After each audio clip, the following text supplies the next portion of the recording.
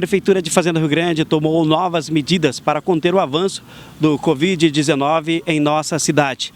Acompanhe a entrevista coletiva com o prefeito Márcio Wozniak. Agora de manhã nos reunimos aqui com o comitê de crise do nosso município, que tem sido muito atuante junto ao poder público local nas decisões para poder combater, ações que nós fazemos para combater o avanço da epidemia em Fazenda Rio Grande. E com uma reunião muito importante hoje, com muito mais técnica, porque foi deliberado no final de semana, vocês puderam acompanhar nos canais de comunicação, o grande trabalho dos prefeitos da região metropolitana, junto ao governo do estado, junto à capital, para buscar um entendimento único.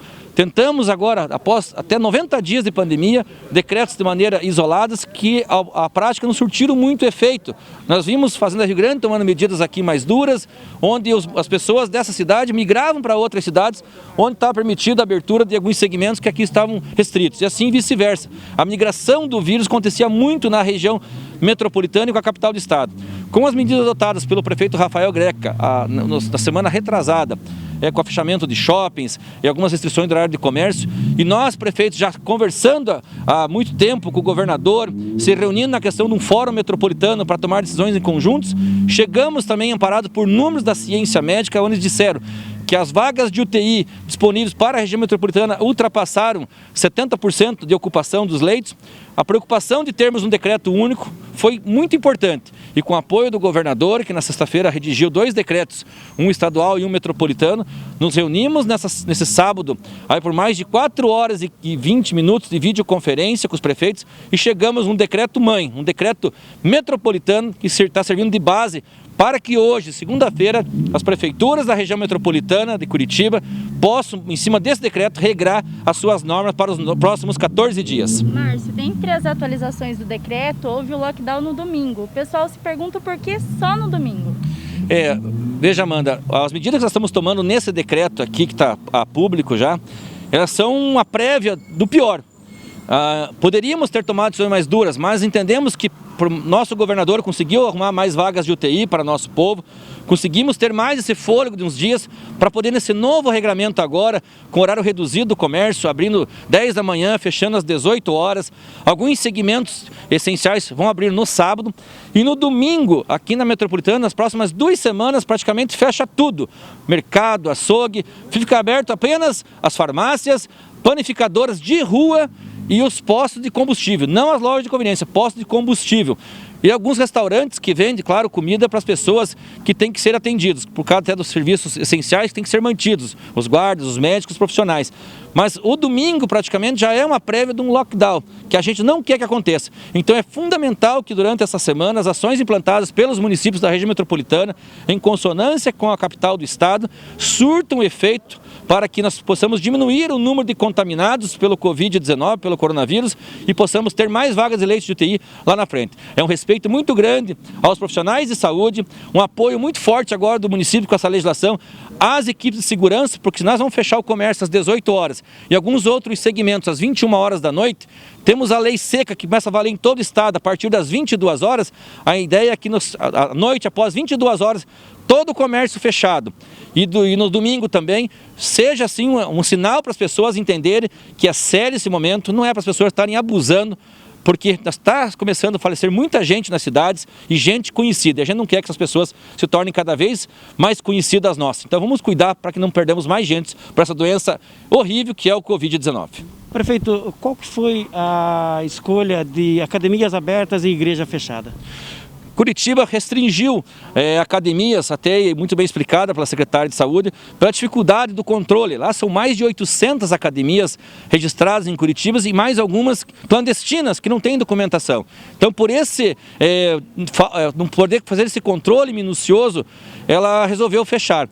Nós aqui na metropolitana, acompanhando o decreto do governo do estado, onde deixou para que os municípios regrassem a questão das academias, e por aqui nós temos um controle muito mais fácil. Nós temos 26 academias registradas em Fazenda Rio Grande e já estamos trabalhando com eles com regramento único. Então, entendemos que é importante esse case de negócio ainda continuar funcionando aqui com um regramento muito mais minucioso agora. Propomos um regramento individual, como se os professores ficassem como personal training das pessoas que procuram as academias. Também temos a informação que diminuiu muito o número de pessoas que frequentam academias, 30% do que ele estava acostumado a ter, e com horário reduzido de funcionamento. Academias estão liberadas pelo novo decreto metropolitano, proposto para os prefeitos, das 10 às 18 horas, de segunda a sexta, mas com um intervalo de atendimento quase que unitário dos professores com seus alunos. Em relação às igrejas, prefeito, por que elas ficam fechadas? As igrejas de Curitiba, nós seguimos a mesma forma. Foi copiado do decreto de Curitiba o entendimento para a metropolitana, até para que as pessoas não fiquem migrando de igreja em igreja. E a decisão de fechar sábado e domingo, você veio porque algumas religiões, adventista e acho que os judeus, guardam o sábado. Então seria não ético de nós e desumano nós deixarmos só o domingo para não haver cultos e missas presenciais. Então colocamos também no sábado e já temos aqui no Comitê de Crise Local de Fazenda Rio Grande a aprovação desse entendimento pelos nossos pastores representantes aqui, que são por apenas 14 dias que não se tenha o culto presencial no sábado e domingo.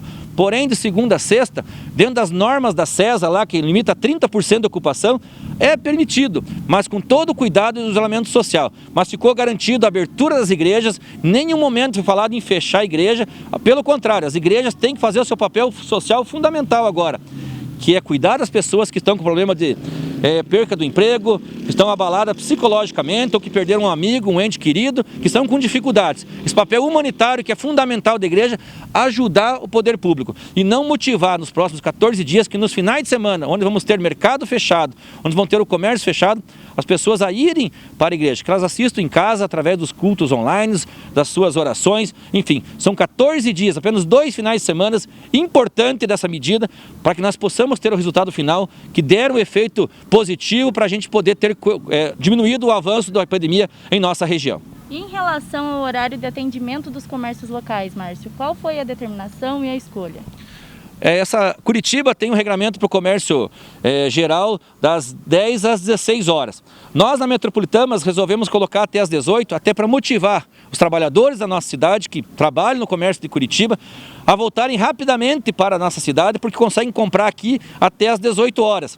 E também dá um fôlego para o nosso comerciante local, que durante o dia não tem muito para quem vender, porque as pessoas estão na capital do estado. Então essa venda das 2 horas vai ajudar nesses 14 dias a manter um pouco desse equilíbrio aqui. Também um olhar muito importante na questão do transporte coletivo. E o maior motivo de ter mudado o horário de funcionamento do comércio é para tentar evitar que o mesmo número de pessoas vão no mesmo horário para o terminal. Então, como as indústrias começam a funcionar às 7 horas da manhã, o comércio abrindo às 10, fechando às 16, aqui na fazenda às 18, então a gente consegue ter uma pulverização de mais pessoas circulando no terminal, menos congestionado. Com o aumento do número de ônibus também, que já foi colocado pela empresa de ônibus local, e pela Comec, pela Urbis em Curitiba, a gente entende que com essas medidas sejam suficientes para diminuir aglomerações no transporte coletivo, que é um grande fator que a gente vê realmente com tristeza as pessoas amontoadas nesses transportes. É antiético a gente falar para fechar mercado, para fechar alguns estabelecimentos que aglomeram, olhando o transporte coletivo. Então essas medidas buscam esse entendimento e esperamos que surtam efeitos. Prefeito, Araucária, nossos amigos do jornal O Popular de Araucária, fez um levantamento que sem isolamento, mais de 4.000 pessoas vão ser contaminadas.